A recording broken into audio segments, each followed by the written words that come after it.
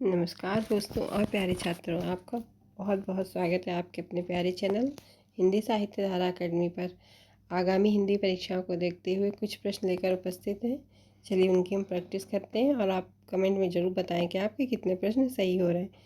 प्रश्न 1, मछली घर नामक काव्य संग्रह के संपादक कौन है? तो राइट ऑप्शन पढ़ेंगे क्योंकि समय आप लोगों के पास बहुत कम है, इसलिए ज़्यादा से ज़्यादा अभ्यास करें। Right option B, Vijaydev Narayan Sahi ji. प्रश्न संख्या 2, प्रभात फेरी काव्य के रचनाकार कौन है? तो इसमें भी राइट ऑप्शन है ऑप्शन सी, नरेंद्र शर्मा जी हैं इसके।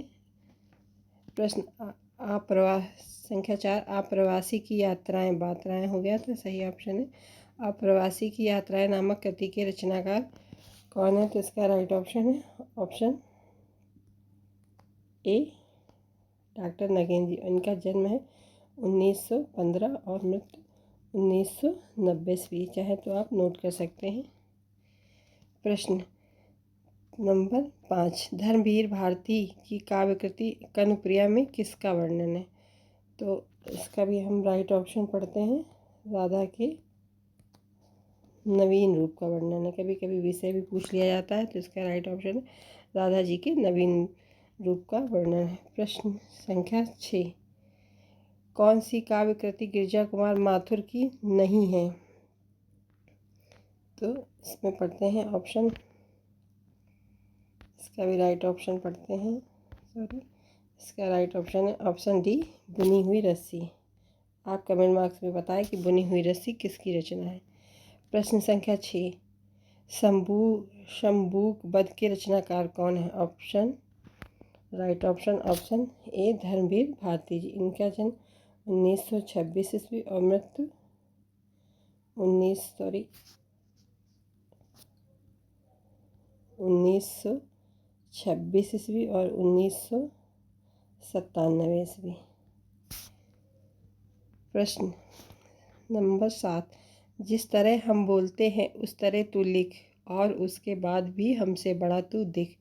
उपर्युक्त पंक्तियों के रचनाकार कौन है? तो इसमें दोस्तों 2 ही ऑप्शन टाइप हो पाए हैं, तो इसका राइट ऑप्शन है ऑप्शन बी, भवानी प्रसाद मिश्र जी की ये पंक्तियाँ हैं।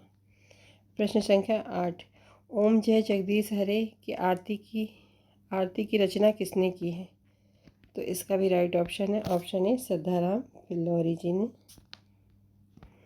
प्रश्न संख्या 9, लोक नायक वही हो सकता है जो समन्वय कर सके। यह कथन किसका है?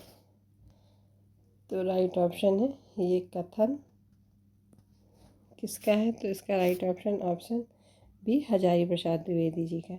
अगर इनका जन्म लिखना चाहे तो जन्म 1907 और मृत्यु 1979 ईस्वी। प्रश्न संख्या 10, भीतर भीतर सब रस चूसे हंसी हंस के तन मन धन मुँह से। पंक्ति किस कवि की है? तो आप सब जान के होंगे, जो नए हैं वो थोड़ा नहीं समझ पाए, लेकिन हिंदी के पितामह, आधुनिक हिंदी के पितामह भारतेंद्र हरिश्चंद्र। इनका जन्म है 1850 ईस्वी और 1885 ईस्वी। बहुत कम जीवन भारतेंद्र जी को प्राप्त हुआ और उन्होंने उसमें अपना नाम अमर कर दिया। प्रश्न संख्या 11, उर्मी माखन चोर गड़े अब कैसहूँ निकसत नहीं ऊधो। अब कैसहूँ निकसत नहीं ऊधो तिरछे हवे जो अड़े। ये पंक्तियाँ किस कवि की हैं? तो हम राइट ही ऑप्शन पढ़ रहे हैं, तो ऑप्शन ए, सूरदास जी। इनका जन्म 1878 ईस्वी, सॉरी दोस्तों, इनका जन्म 1478 ईस्वी और मृत्यु 1583 ईस्वी। प्रश्न संख्या 12, नारी तुम केवल श्रद्धा हो। पंक्ति किस रचना की में है? तो इसका भी राइट ऑप्शन है ऑप्शन ए, कामायनी। इसका रचना सन 1935 ईस्वी। ये छायावाद का महाकाव्य है, सब जानते होंगे। साकेत मैथिली शरण गुप्त जी की, चंद्रगुप्त जयशंकर प्रसाद जी की, भारत भारती मैथिली शरण, सॉरी दोस्तों, मैं लगता ऑप्शन मैंने गलत कर दिए। कामायनी जयशंकर प्रसाद जी की, साकेत मैथिली शरण गुप्त जी की, चंद्रगुप्त जयशंकर प्रसाद जी का और भारत भारती मैथिली शरण गुप्त जी की। 2 रचनाएं मैथिली शरण गुप्त जी की हैं, 2 जयशंकर प्रसाद जी की हैं। प्रश्न संख्या 13, आज समाचार पत्र के संस्थापक कौन हैं? तो इसका भी हम राइट ऑप्शन पढ़ेंगे। ऑप्शन बी, बाबूराव विष्णु पराड़कर जी। प्रश्न संख्या 14, मतवाला पत्रिका के स्थायी स्तंभ चाबुक में निराला जी अपनी रचना किस नाम से लिखते थे? बहुत अच्छा प्रश्न है। राइट ऑप्शन ऑप्शन ए, गरगस सिंह वर्मा नाम से लिखते थे।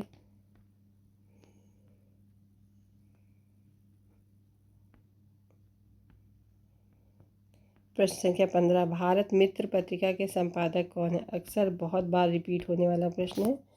तो राइट ऑप्शन बी, बाल मुकुंद गुप्त जी। और इनका जन्म है 1864 ईस्वी। 1864 ईस्वी। सॉरी दोस्तों, उनका जन्म ही मुझे याद है इस समय।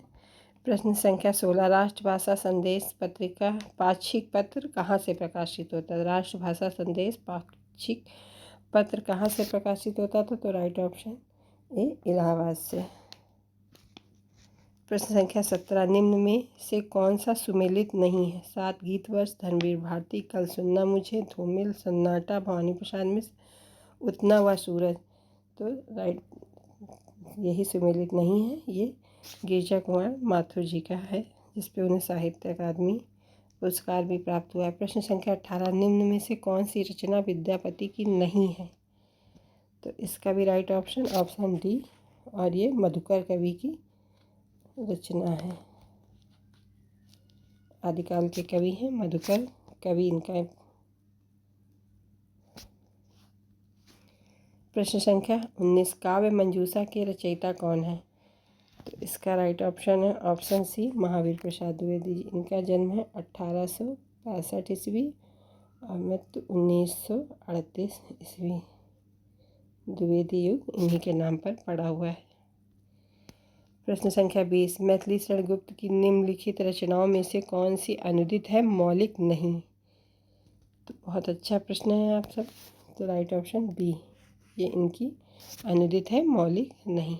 नमस्कार दोस्तों, आप सबको मेरा यह प्रयास कैसा लगा? प्लीज़ लाइक करें, शेयर करें और कमेंट के माध्यम से अपने में बताएं कि यह वीडियो आपको कैसा लग रहा है। धन्यवाद दोस्तों।